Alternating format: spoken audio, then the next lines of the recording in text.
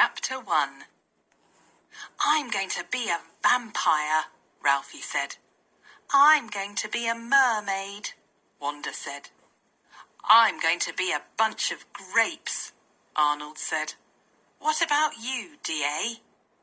It's a secret, I said. I want to surprise everybody. We were talking about our costumes for Halloween. It was just a few days away, and we could hardly wait to get dressed up. Little did we know that all our plans were about to fly out the window. The adventure began when Ms. Frizzle walked in wearing a dress with tiny bones all over it. She was carrying a large orange carton. Something long, green and scaly was stretched out across the box. Nobody was scared. It was only Liz, Miss Frizzle's pet lizard. "Good morning, class," the Frizz sang out. "As you know, it's nearly Halloween. To celebrate, I thought we could have an early Halloween party this afternoon." "But we don't have our costumes," Tim said. "Not to worry, Tim. I have brought special costumes that will get us all in the mood," Miss Frizzle said. "Plus, these costumes are a perfect fit for our new science unit." I was curious about the new science unit. Science is one of my best subjects. I always carry a science notebook so I can write down all the facts I learn. I was curious about what was in the box, too. Liz had climbed off, and I could see big black letters across the top. Hugh Mann's Costume Company, made in USA. "Class, we're about to get down to the bare bones," Miss Frizzle announced. She opened the box and reached inside. "As you can see, our new unit will be about skeletons," we all called out as she held up the neatest skeleton costume I had ever seen. "Right you are," the Frizz said. There were more costumes in the box. Ms. Frizzle gave one to each of us. Without our skeletons, we'd be nothing but blobs. It's time we learned about what keeps us all in shape. The skeleton costumes were cool.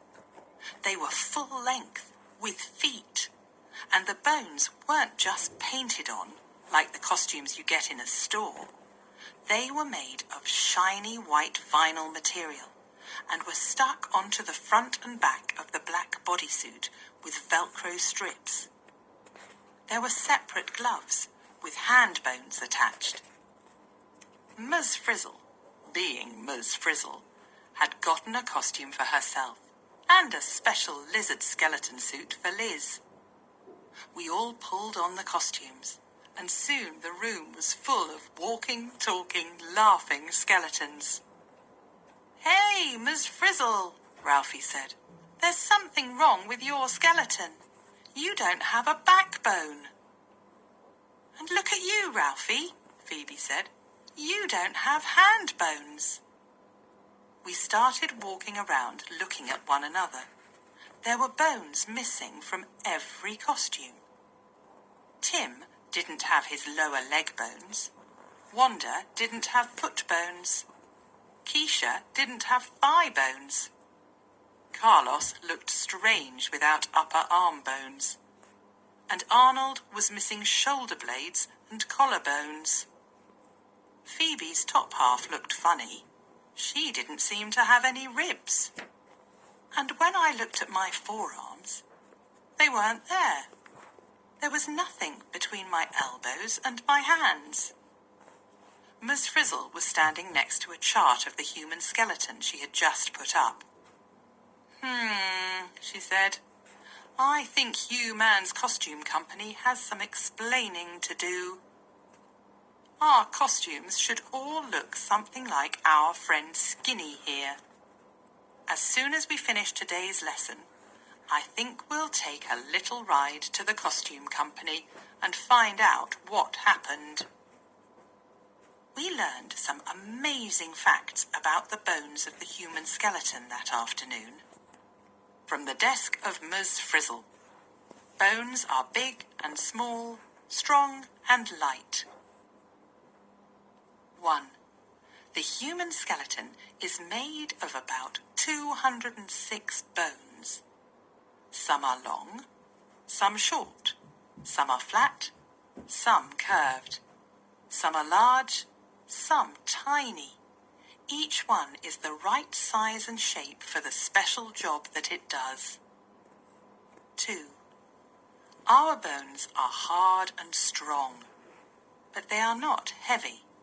They are so light that the skeleton is less than 1/5 of a person's total body weight. So, if you weigh 50 pounds, only about 10 of those pounds are your bones. Then Miss Frizzle grabbed her keys. "Okay, everybody," she announced. "To the bus." We all piled into the magic school bus.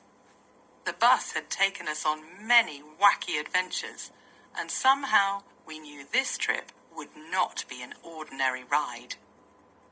"Where is Hugh Mann's costume company?" Arnold asked. "Oh," the Frizz answered, "it's just a quick flight to Skeleton City." Skeleton City? Liz sat up front with the Frizz as she turned on the ignition. Before we left the school parking lot, the bus had transformed into the magic school jet. We were off!